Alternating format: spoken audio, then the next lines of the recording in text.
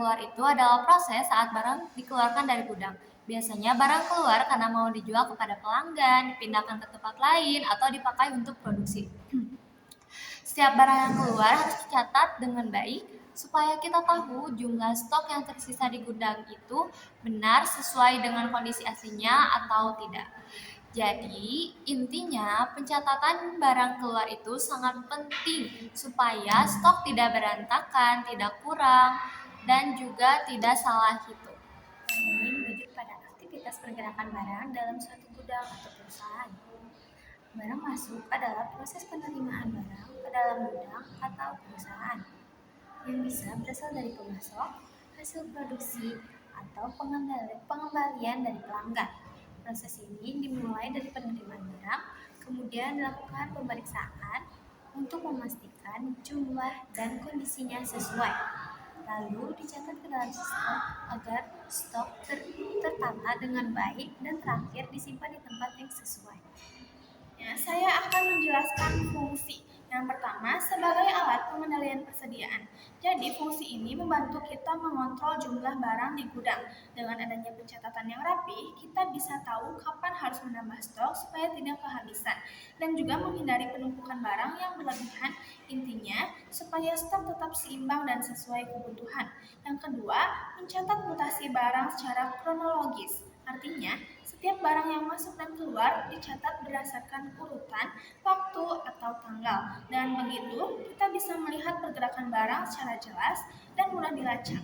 Kalau misalnya ada kesalahan atau selisih stok, kita jadi lebih gampang mengeceknya. Setiap saat. Dengan adanya kolom sisa di kartu stok, kita bisa langsung melihat jumlah barang yang masih tersedia tanpa perlu menghitung secara manual di gudang. Jadi lebih cepat, praktis, dan meminimalkan kesalahan. Yang selanjutnya, sebagai dasar perencanaan pengadaan barang. Data yang ada di kartu stok bisa dijadikan acuan untuk menentukan kapan harus membeli atau menambah stok barang. Dengan begitu, kita bisa menghindari kehabisan barang atau kelebihan stok yang tidak diperlukan. Sistem ini sangat membantu saat kita melakukan stok opting. Jadi, proses sinkronisasi antara kondisi nyata di gudang dengan catatan di kertas ataupun komputer jadi jauh lebih efisien. Poin terakhir yang tidak sangat krusial adalah sebagai alat proteksi. Fungsinya untuk meminimalisir kecurangan atau kehilangan barang, sehingga semua penggunaan dari stok itu tuh aman dan terdata. Selanjutnya saya akan menjelaskan mengenai format kartu stok barang. Tabel ini digunakan untuk menunjukkan bagaimana sebuah bisnis atau gudang mencatat pergerakan barang secara detail. Yang pertama ada informasi barang. Sebelum masuk ke tabel, ada data pengenal agar stok tidak tertukar.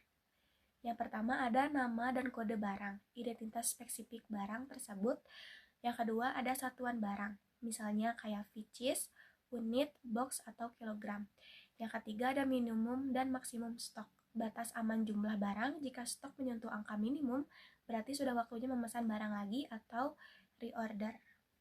Yang keempat ada lokasi, tempat penyimpanan barang tersebut di gudang, misalnya di rak A1 gitu. Yang kedua, kolom-kolom utama tabel bagian ini mencatat aktivitas harian. Yang pertama ada tanggal, kapan transaksi barang terjadi. Yang kedua ada deskripsi atau keterangan alasan barang bergerak. Contohnya pembelian dari supplier atau penjual ke toko A. Yang ketiga ada barang masuk, jumlah barang yang baru datang atau ditambahkan ke gudang. Yang keempat ada barang keluar, jumlah barang yang keluar, diambil, dijual, atau keluar dari gudang.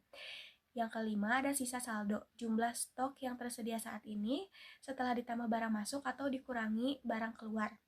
Yang keenam penanggung jawab, nama atau paraf orang yang melakukan pencatatan agar ada akuntabilitas.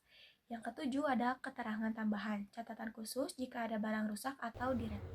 Di slide ini ditampilkan contoh laporan kartu stok barang. Laporan kartu stok barang adalah catatan yang digunakan untuk mencatat keluar masuknya barang di suatu gudang ataupun di tempat penyimpanan.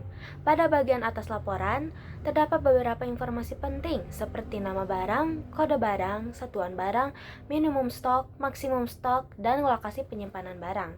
Selanjutnya, pada bagian tabel terdapat beberapa kolom, seperti kolom tanggal yang menunjukkan kapan barang masuk atau keluar, Kolom deskripsi yang menjelaskan kegiatan yang terjadi, misalnya pembelian dari supplier ataupun barang yang terjual. Kolom masuk menunjukkan jumlah barang yang masuk ke gudang, sedangkan kolom keluar menunjukkan jumlah barang yang keluar. Kemudian kolom sisa menunjukkan jumlah barang yang masih tersedia setelah terjadinya transaksi. Lalu kolom tanggung jawab berisi nama orang yang bertanggung jawab atas barang tersebut, dan kolom keterangan digunakan untuk menambah informasi tambahan jika diperlukan. Dengan adanya laporan kartu stok barang ini, kita dapat memantau jumlah persediaan barang dengan lebih mudah sehingga tidak terjadi kekurangan ataupun kelebihan stok.